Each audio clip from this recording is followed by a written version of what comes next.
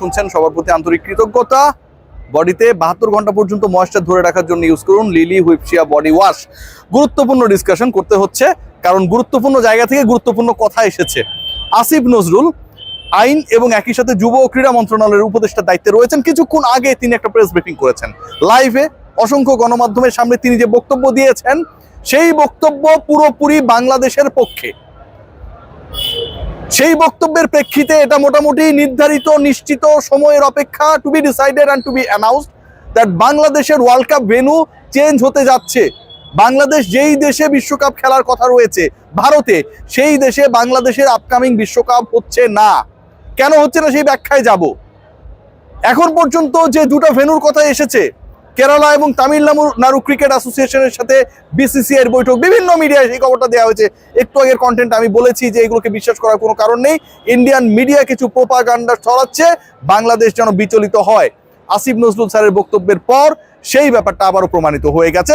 What was actually his speech, এবং একই সাথে তার স্পিচ থেকে এটা কনফার্ম হয়ে গেছে যে বাংলাদেশের world cup venue is going to be Sri Lanka or Pakistan or UAE, এই দুটো দেশের নাম এসেছে। কেন বলছি বিশ্বকাপ ভেন্যু চেঞ্জ হচ্ছে? ধরেন আপনি বিশ্বকাপের আয়োজক, আমি হচ্ছে অংশগ্রহণকারী, আপনি আইসিসি, আমি বাংলাদেশ। আপনি বাংলাদেশ সরকারকে চিঠি লিখেছেন।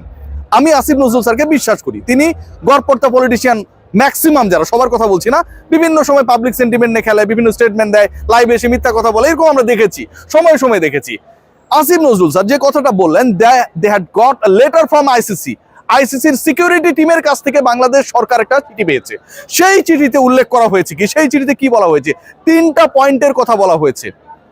1 নম্বর পয়েন্ট সেটা হচ্ছে, যদি বাংলাদেশ স্কোয়াডে মুস্তাফিজ থাকে তাহলে বাংলাদেশের সিকিউরিটি থ্রেট রয়েছে। ভয়াবহ পয়েন্ট।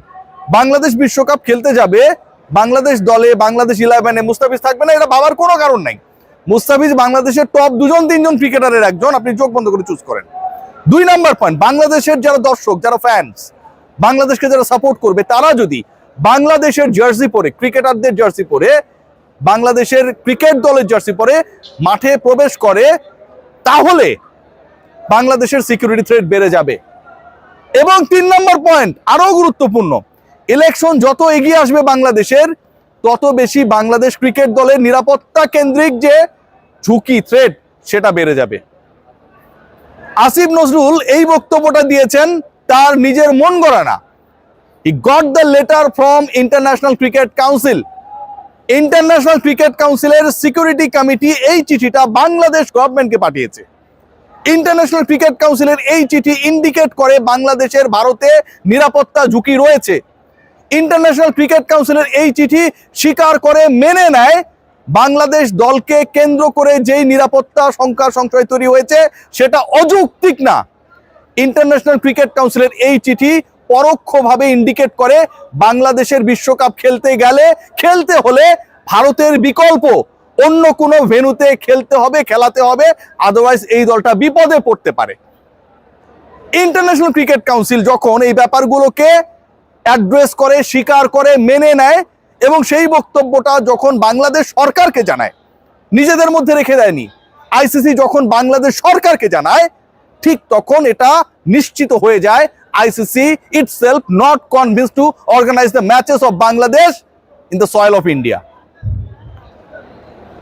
তার মানে দাঁড়াচ্ছে এটা কি, বাংলাদেশের বিশ্বকাপ ভেন্যু বদলে যাচ্ছে ভাই। এনি হাউ বাংলাদেশের বিশ্বকাপ ভেন্যু বদলাচ্ছে, এনি হাউ বাংলাদেশের বিশ্বকাপ ভেন্যু বদলাতে হবে। আইসিসি নিজেই বাংলাদেশের বিশ্বকাপের সম্ভাব্য ভেন্যু হিসেবে এনলিস্টেড যে 2টা শহর, যে 2টা মাঠ, সেই শহরে, সেই দেশে, সেই মাঠে কনভিন্স না। সো বাংলাদেশের বিশ্বকাপ ভেন্যু বদলানোর ক্ষেত্রে বাংলাদেশ যে দাবিটা তুলেছিল, আইসিসি সিকিউরিটি কমিটির চিঠি যখন সরকারকে পাঠানো হয়েছে, সেই দাবির সাথে আইসিসির নিজেদের নিরাপত্তা উদ্বেগ এক হয়ে যায়। তাহলে বাংলাদেশে খেলা কোথায় হচ্ছে? কেন তাহলে কেরালা, তামিলনাড়ুর আলোচনা আসছে? কেন বিসিসিআই এর সাথে আইসিসি বৈঠক করছে? এই প্রশ্নের উত্তর আপনারা নিশ্চয়ই খুঁজছেন, অবশ্যই খুঁজছেন। কেন খুঁজবেন জানেন? কারণ এই বৈঠকগুলো হচ্ছে, this are very true stories. আইসিসির সাথে বিসিসিআই এর বৈঠক হচ্ছে এই কারণে, কারণ আইসিসি এই চিঠি বিসিবিকে পাঠিয়েছে, বিসিসিআই না।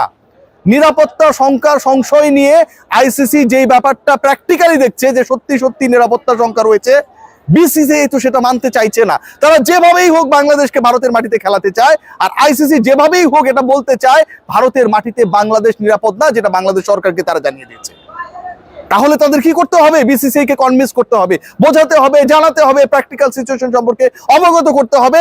You have to change the venues, you have to change the schedule of Bangladesh matches, এবং সেটা আপনাকে চেঞ্জ করতে হবে বিসিসিআই এর সাথে কথা বলেই, কারণ তারা এবারের বিশ্বকাপের সহ আয়োজক। তাদের মাটিতেই বাংলাদেশের সম্ভাব্য ম্যাচগুলো হবার কথা ছিল। সো আইসিসি তাদের সাথে এতবার মিটিং করছে এই কারণে, কারণ বিসিসি এর সাথে একটা নেগোসিয়েশনে এসে বাংলাদেশের ম্যাচেসগুলো চেঞ্জ করতে হবে। অপর 19টা দলের সাপোর্টাররা মাঠে যেতে পারবে, খেলা দেখবে। অপর 19টা দলের স্কোয়াডে যে খুশি সে খেলতে পারবে। অপর 19টা দলের ইলেকশন থাকলেও সেটা কোনো বাধা হবে না। কিন্তু বাংলাদেশের ক্ষেত্রে বাংলাদেশের স্কোয়াডে কে থাকবে না থাকবে সেটার উপর নির্ভর করে যদি একটা দেশে সিকিউরিটি থ্রেট তৈরি হয়, আপনি এটা মানবেন? পৃথিবীর কেউ এটা মানবে? কেউ মানবে না। এবং সেই না মানার ব্যাপারটা, থ্রেটের কথাটা আইসিসি স্বয়ং জানিয়ে দিচ্ছে। আপনার দর্শকরা আপনার দেশকে সমর্থন করবে, মাঠে যাবে, টিকিট কাটবে, চিল্লাবে, ভুবুজেলা বাজাবে, পতাকা ওড়াবে। এটা তো ভাই একটা রাইট, এটা আনন্দের জায়গা। বিশ্বকাপ, বিশ্বমঞ্চে বাংলাদেশ প্রতিনিধিত্ব করছে। কিন্তু সেটা যদি আপনার দলের জন্য, আপনার দেশের জন্য কোনো একটা দেশে ওই ম্যাচটা হলে সিকিউরিটি থ্রেট তৈরি করে, তাহলে কি সেটা আপনার ক্রিকেট বোর্ড মানবে? মানবে না। আইসিসি জানাচ্ছে এরকম শঙ্কা রয়েছে। আইসিসি জানাচ্ছে এরকম শঙ্কা রয়েছে, মানে আইসিসি এটাও জানাচ্ছে ওই দেশ বাংলাদেশের জন্য নিরাপদ না। সিম্পল।